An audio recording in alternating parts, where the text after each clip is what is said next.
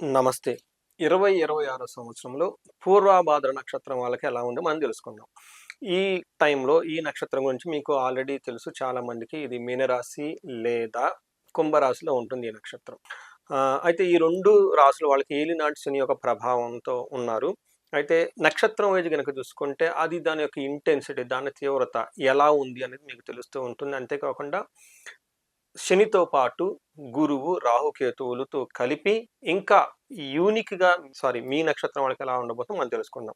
First 2026 సంవత్సరంలో మీకు guiding principal అంటే మిమ్మల్ని నడిపించే ఒకే ఒక ప్రిన్సిపల్ ఉంది. ఒక సిద్ధాంతం అని మనం పెట్టుకో. అదేంటంటే మీ తపస్సే మీకు మార్గశక్తి. గుర్తుపెట్టుకోండి. ఈ నక్షత్రం వాళ్ళకి ఒక ప్రిన్సిపల్ ఏంటంటే మీ యొక్క తపస్సే మీకు మార్గశక్తి. అంటే మీ యొక్క austerity is your guiding principal. అంటే ఏమనుకోవాలి అంటే ఇంటర్నల్గా మీకు అగ్నిగుంఠం లాంటి బాధలున్నా కానీ వాటిని అధిగమించే యొక్క శక్తి మిమ్మల్ని మీరు పెంచుకోగలగాలి.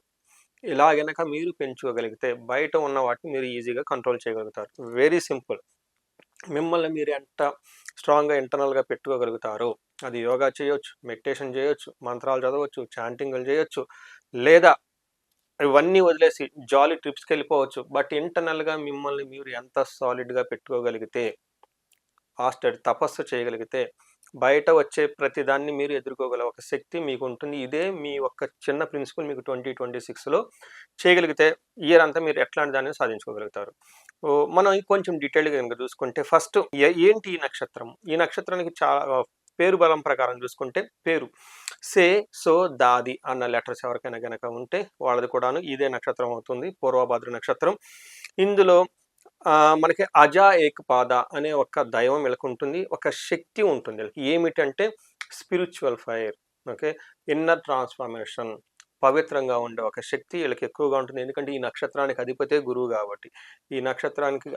గురువు కాబట్టి, మంచి ఎలా ఉండాలి, చెడు ఎలా ఉండాలని చెప్పగల కెపాసిటీ ఈ నక్షత్రం వాళ్ళకు ఉంటుంది. గురువుకి నక్షత్రం సంబంధించి, ప్లస్ ఇది మోక్షానికి సంబంధించిన నక్షత్రం కూడా. అంటే ఏది వాళ్ళ దగ్గర ఉంచుకోవాలి, ఏది వాళ్ళ దగ్గర ఉంచుకోకూడదు తెలుసుకొని బ్లిస్ఫుల్గా మూవ్ అయ్యే నక్షత్రం ఏదైనా ఉందంటే అది ఈ నక్షత్రం. చాలా మంచి నక్షత్రం. అయితే ఇలాంటి నక్షత్రంలో ఈ సంవత్సరంలో శని ఏం చేయబోతున్నాడు అంటే, శని వచ్చేటప్పటికి బయట మీకు చాలా ఆటంకాలను క్రియేట్ చేస్తూ ఉన్నాడు. కానీ అదే శని మీకు ఇంటర్నల్గా చాలా బలాన్ని కూడా పెంచుతూ ఉన్నారని గమనించుకోవాలి. మీరు బయట ఉన్నదాన్ని పట్టుకొని మీరు పజిల్ అయిపోకూడదు, ఓకే, కంగారు పడిపోకూడదు. ఇంటర్నల్గా మిమ్మల్ని మీరు స్టామినా పెంచుకోవాల్సిన అవకాశాన్ని కూడా మీకు శని ఇస్తూ ఉన్నారు. నెక్స్ట్ గురువు ఏం చేస్తున్నారంటే ఖచ్చితంగా మిమ్మల్ని అయితే పెద్ద పెద్ద ప్రాబ్లమ్స్ నుంచి అయితే కాపాడుతాడు గురువు, సమస్య లేదు. కానీ మీకు ప్రిన్సిపల్స్, డిసిప్లిన్ గురించి లేదా ఏదైనా కనుక సిద్ధాంతాలు ఉంటే వాటితో మీకు క్లేషస్ని తీసుకొని వస్తూ ఉంటాడు. అంటే ఏమంటారు, సిద్ధాంతాల పోరు అంటారు, లేదంటే బిలీఫ్. మీరు ఒక దాన్ని నమ్ముంటారు, మీకు బాసో లేకుండా ఇంట్లో వాళ్ళు ఇంకొక దాన్ని నమ్ముంటారు. ఇలా మీకు నమ్మిన దాన్ని నమ్మిన దానికి సంబంధించి క్లాషెస్ వచ్చే అవకాశం ఎక్కువగా ఉంటుంది. బట్ రక్షణ మాత్రం ఖచ్చితంగా గురువు ఇస్తాడని గమనించుకోవాలి. రాహుకేతులు కనుక చూసుకుంటే అగైన్ సేమ్, రాహుకేతులు కూడా మిమ్మల్ని చాలా చక్కగా కాపాడుతూ ఉంటారు. ఓకే, సేఫ్టీ 100% సేఫ్ అయితే ఉంటారు. కానీ ఎమోషనల్ అపోజిషన్ రైజెస్ అంటే మిమ్మల్ని ఉద్యోగాలకి గురి చేసే విరోధులు మీకు ఉంటారు, అంటే విరోధాలు ఉంటారు. ఏమాత్రం మిమ్మల్ని భావోద్యాలకు గురి చేసే, ఎమోషనల్లీ డిస్టర్బ్ చేసే అవకాశం ఎక్కువగా ఉంటుంది. గుర్తుపెట్టుకోండి. అందుకని ఇంటర్నల్గా మీరు కామ్గా ఉండటం ప్రాక్టీస్ చేయాలి. ఇంటర్నల్గా మీరు స్టెబిలిటీగా ఉంటే 1000 బాణాలు మీ కళ్ళే వచ్చినా ఒక్క బాణం కూడా మీకు ఖచ్చితంగా తగలదు. కానీ బాణాలు అయితే మీ కళ్ళే వస్తాయి. ఆ బాణాలు మీ దగ్గరకు వస్తున్నాయని మీరు భయపడకుండా స్టేబుల్గా ఉండగలిగితే అవన్నీ మిమ్మల్ని దాటుకుని వెళ్ళిపోతాయి అనేది గమనించుకోవాలి. నెక్స్ట్ ఓవరాల్గా కనుక చూసుకుంటే ఇది మీకు సిద్ధాంతాల పరీక్షా కాలం. అంటే మీకు టెస్టింగ్, మీరు పాటించే ఒక నియమాలు, ఒక పద్ధతులు, మీ లైఫ్ స్టైల్ని ఛాలెంజ్ చేసే ఒక పరిస్థితులు వచ్చే అవకాశం ఎక్కువగా ఉంటుంది. రెండోది రక్షణతో కూడి ఉంటారు, కానీ ఇంటర్నల్గా ఫైటింగ్ అయితే ఉంటుంది.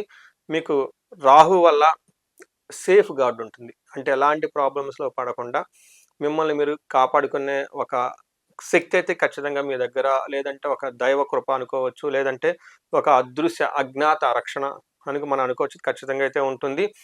చాలా విషయాల్లో ఎమోషనల్గా డిస్టర్బ్ అవ్వకుండా ఎమోషనల్గా బయటకు వచ్చే అవకాశం కూడా ఎక్కువగా ఉంటుంది. ఇవన్నీ కనుక చూసుకుంటే ఓవరాల్ కనుక చూసుకుంటే లోన తపశ్శక్తి భగభగ మీతో మండుతూ ఉండాలి. మీ యొక్క తపశ్శక్తితో బయట నుంచి వచ్చే ఎలాంటి డిస్టర్బెన్స్‌నైనా గాని సరే మీరు తట్టుకోగల విధంగా ఉంటారు. ఈ విధంగా మనకి 2026లో ఈ నక్షత్రం వాళ్ళు ఉండగలిగితే మీరు అద్భుతాలు చూస్తారు. నెక్స్ట్ కొన్ని కొన్ని మనకేమంటారు రంగాలు వివిధ రంగాలు ఎలా ఉందో మనం చూద్దాం. ఫస్ట్ గనుక చూసుకుంటే ప్రొఫెషన్ ఎలా ఉంటుందంటే ఖచ్చితంగా మీకు ప్రిన్సిపుల్ సెంటర్డ్ అంటే స్పిరిచ్యువల్‌గా ఉండటం, టీచింగ్ చేయటం, ఆధ్యాత్మికంగా ఉండటం చాలా బాగా కలిసొస్తుంది. నెక్స్ట్ మనీ విషయంలో ఎలా ఉంటుంది? ఖచ్చితంగా మీకు స్థిరత్వం ఉంటుంది. తర్వాత ఆహ్, అనవసరమైన వాటికి ఖర్చులు తగ్గించుకుంటూ ఉంటారు. తర్వాత వివాహం విషయంలో చాలా ఎమోషనల్ డిస్టర్బెన్స్ ఉండే అవకాశం ఎక్కువగా ఉంటుంది.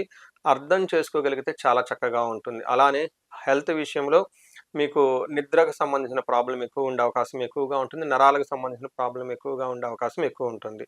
అయితే మనం పాదాల వైజ్ గనక చూసుకుంటే ఎలా ఉంది చూసుకుంటే ఫస్ట్ పాదం వాళ్ళకి సిద్ధాంత దృఢత్వం అంటే ఐడియాలజికల్ రిజిడిటీ వాళ్ళు నమ్మిన సిద్ధాంతాలని ఎక్కువగా పట్టుకొనుంటారు. పాదం 2 వాళ్ళు అంతర్గతంగా కాన్‌ఫ్లిక్ట్స్ ఎక్కువుంటాయి. అంటే ఈ పని చేద్దామా వద్దా? మనం చేస్తే కలిసొస్తుందా లేదా? ఉందామా లేదా? ఇలాంటి విషయాల్లో సంఘర్షణ ఎక్కువుండే అవకాశం ఎక్కువగా ఉంటుంది. మూడో పాదం వాళ్ళకి అగైన్ తపశ్శక్తి, నీతి నియమాల మీద ఎక్కువగా ఫోకస్ చేస్తూ ఉంటారు. నాలుగో పాదం వాళ్ళకి మోక్ష ఆలోచన అంటే బ్లిస్‌ఫుల్‌గా ఉండాలంటే లైఫ్‌కి ఏం చేయాలి? ఆనందంగా ఉండాలంటే ఏం చేయాలి? దీనికి మనం ఏది చేస్తే బాగుంటుంది? ఇంతేనా లైఫ్‌లో బాధపడుతుంటాం అన్న ఆలోచన నుంచి బయటకొచ్చే అవకాశం ఎక్కువగా ఉంటుంది. సో, చూసుకోరు గదండీ! ఇవన్నీ మనం ఈ యొక్క పూర్వభాద్ర నక్షత్రం వాళ్ళకి 2026లో ఎలా ఉండబోతుందో తెలుసుకున్నాం. అయితే మీరు పరిహారాలు ఏం చేయాలి? పరిహారాలు గనుక చూసుకుంటే గురువారం ఉపవాసం ఉంటే ఈ నక్షత్రంలో చాలా కలిసొస్తుంది. అగ్నిహోత్రము లేదా దీపారాధన రెగ్యులర్‌గా పూజించడం చాలా చాలా ఇంపార్టెంటు. అవాయిడ్ ఏమంటారు కఠినత్వాన్ని మనలో మీరు కఠినత్వాన్ని వదిలించుకొని కొంచెం ఫ్లెక్సిబుల్‌గా ఉండటం. అలానే మీరు కొంచెము ఏమంటారు సింప్లిసిటీగా ఉండడం కూడా చాలా చాలా ఇంపార్టెంటు. ఇవన్నీ మనకి ఈ నక్షత్రం వాళ్ళకి పరిహారాలుగా లైఫ్ టైమ్ పరిహారాలుగా చెప్పుకోవచ్చు.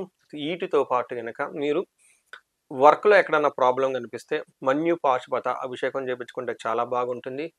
ధన ప్రవాహం బాగా కలిసి రావడానికి స్వర్ణలక్ష్మి విశేష హోమము లేదా కుబేర పాశుపత అభిషేకం చేపించుకున్నా గానీ ధన ప్రవాహం మీకు ఎక్కువగా ఉంటుంది. అంతేగాకుండా అన్యోన్య దాంపత్య పాశుపత అభిషేకము, విశ్వావసు గంధర్వరాజ పాశుపత అభిషేకం చేపించుకుంటే పెళ్లి కాని వాళ్ళు ఈ నక్షత్రంలో ఎవరైనా ఉంటే వాళ్ళకి శీఘ్రంగా పెళ్ళయ్యే అవకాశం ఎక్కువగా ఉంటుంది. ఈ నక్షత్రం వాళ్ళకి అష్టైశ్వర్యాలు కలగాలని, భోగభాగ్యాలు కలగాలని చెప్పేసి నేను కోరుకుంటున్నాను. నమస్తే.